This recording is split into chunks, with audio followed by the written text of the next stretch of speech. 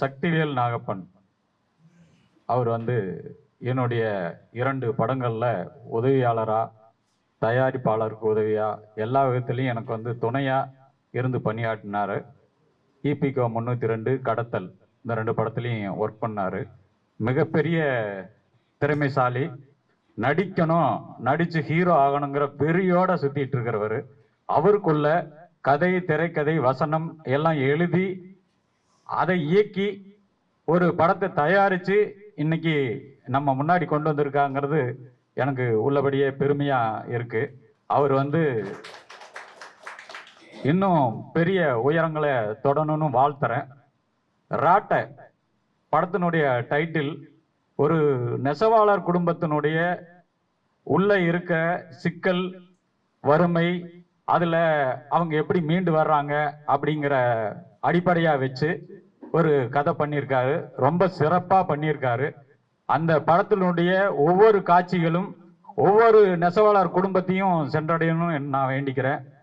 ராட்டை அப்படின்னாவே முதல்ல நூல் நூக்கிறக்கும், அதுக்கப்புறம் அந்த நூலை வந்து தாரா மாற்றி நெசவு செய்யறதுக்கும் பயன்படுற ஒரு கருவி.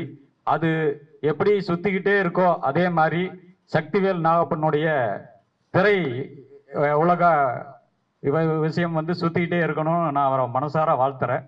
முதல்ல ராட்டை அப்படின்ன உடனே என்னன்னா, எனக்கு பர்சனலா என்னுடைய வாழ்க்கையோட கனெக்ட் ஆச்சு. ஏன்னா நாங்க ஒரு தெருக்கூத்து ஃபேமிலி. தெருக்கூத்தாடிகள் வழக்கமா என்னன்னா, இரவு நேரத்துல தெருக்கூத்தாட போனாங்கன்னா பகல் நேரத்துல வேற ஒரு வேலை செஞ்சு ஆகணும். ஏன்னா வருடம் முழுக்க தெருக்கூத்து நிகழ்ச்சி இருக்காது. எங்கேயாவது திருவிழாக்கள் இருந்தா அந்த வருஷத்துல ஒரு 50 நிகழ்ச்சி இருக்கும். மீதி இருக்கக்கூடிய 300 நாட்களுக்கு அவங்க ஏதாவது வேற ஒரு வேலை செஞ்சுதான் ஆகணும். அந்த மாதிரி எங்க அப்பா எல்லாம் செஞ்ச தொழில் வந்து இந்த விசைத்தறி தொழில். நாங்கெல்லாம் சின்ன வயசுல இருக்கும்போது இந்த படத்துல காட்டக்கூடிய அத்தனை பொருட்களையும், உபகரணம், காட்சிகளும் என்னோட நான் வந்து நான் தொடர்பு படுத்தி பார்த்துக்கிட்டேன். அது பார்க்கும்பொழுதே எனக்கு வந்து என்னுடைய சிறு வயது ஞாபகம்லாம் வந்துச்சு. அந்த கூணு, பாவு, ராட்டை, அந்த ஊக்கு எடுக்கிறது, அந்த நூல், இது எல்லாமே நான் வெங்காயம் படத்துலயும் இந்த தறி தொழில வந்து ரொம்ப முக்கியமான ஒரு பகுதியா வச்சிருப்பேன். அதுல ஒரு தறி ஓட்டிட்டு ஒரு கேரக்டர் வீட்டுல வந்து பேசிக்கிட்டு இருப்பான். அந்த வெங்காயம் படத்துல அந்த முடியில பாத்தீங்கன்னா அந்த பஞ்சு எல்லாம் ஒட்டி இருக்கிற மாதிரி வச்சிருந்தோம். எப்படிங்க இந்த டீட்டெயில்லாம் நீங்க பண்ணீங்க அப்படின்னு கேட்டாங்க இங்க சினிமால. இது எங்கேயோ இருக்கிற ஒரு கதையை எழுதிட்டு நாம அதை வந்து டீட்டெயில் பண்ணணும்னு ஒரு ஆர்ட் டிபார்ட்மெண்ட்லயோ மேக்கப் மேன்கிட்டயும் சொல்லி செய்யணும்னா தான் இதுக்கெல்லாம் ரெஃபரன்ஸ் எடுக்கணும். இதுக்கெல்லாம் போய் நம்ம தேடி நம்ம அவங்க கிட்ட யோசனைகளை கேட்டு அப்புறம் இதெல்லாம் வைக்கணும். ஆனா நம்மளே வாழ்ந்த வாழ்க்கையை நம்ம பதிவு பண்றோம் அப்படின்னா இது தானாவே நமக்கு வந்து நம்ம தறி ஓட்டிட்டு வந்தா ஒரு 20 மணி நேரம், ஒரு காலையில ஆரம்பிச்சு 18 மணி நேரம்லாம் தறி ஓட்டுறவங்க எல்லாம் இருக்காங்க. 2 ஷிஃப்ட் எல்லாம் பாக்குறவங்க எல்லாம் இருக்காங்க. கண்டிப்பா அவங்க தலை முழுக்க வெள்ளையா இருக்கும். அந்த பஞ்சு எல்லாம் ஒட்டிட்டு வர வீட்டுல வந்து குளிச்சுட்டு படுப்பாங்க. இதையெல்லாம் வந்து நம்ம வாழ்க்கையிலே பார்த்துருக்குறோம். அப்படிங்கும்போது இதுக்கு வந்து பெரிய நம்ம ரெஃபரன்ஸ் எல்லாம் போய் எங்கேயும் எடுக்க தேவையில்லை. அப்படி ஒரு குறிப்பிட்ட காட்சிக்கே நான் வந்து எனக்கு அவ்வளோ என்னோட கனெக்ட் ஆச்சு. அப்படின்னா ஒட்டுமொத்த படமும் அந்த தறி தொழிலை மையப்படுத்தி இவர் பண்ணிருக்காரு.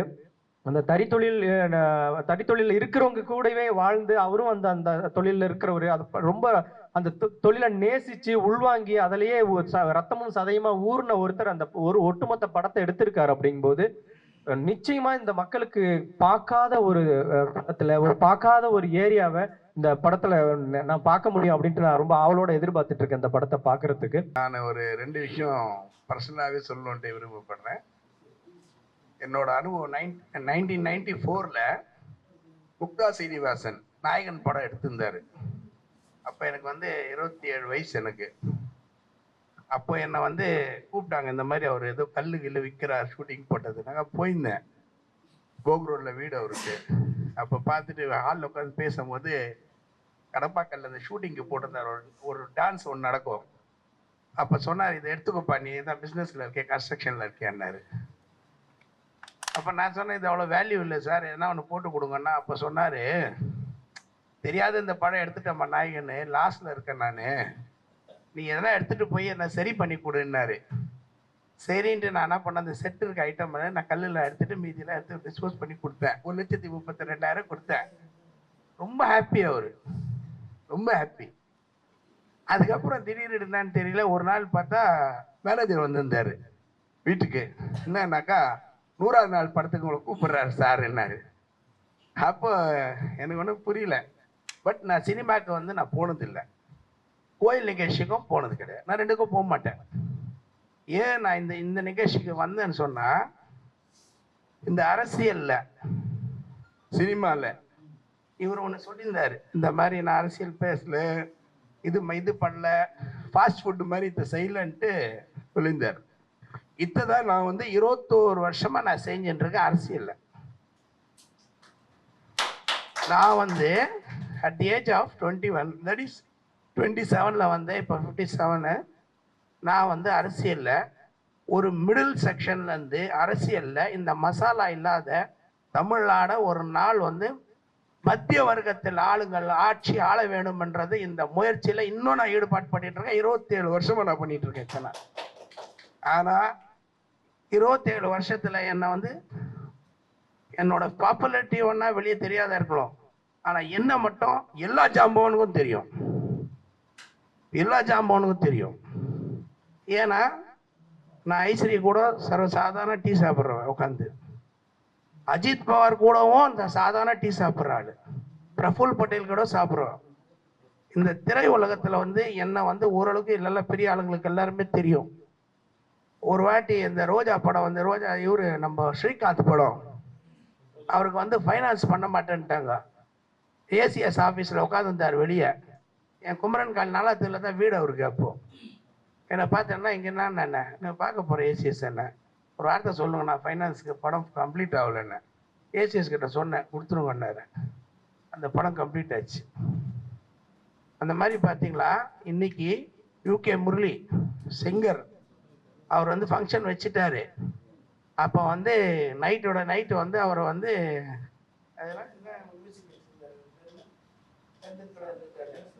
லக்ஷ்மண் சுருதி அவர் வந்து பண்ணக்கூடாத லெவலுக்கு தடுத்துட்டாரு.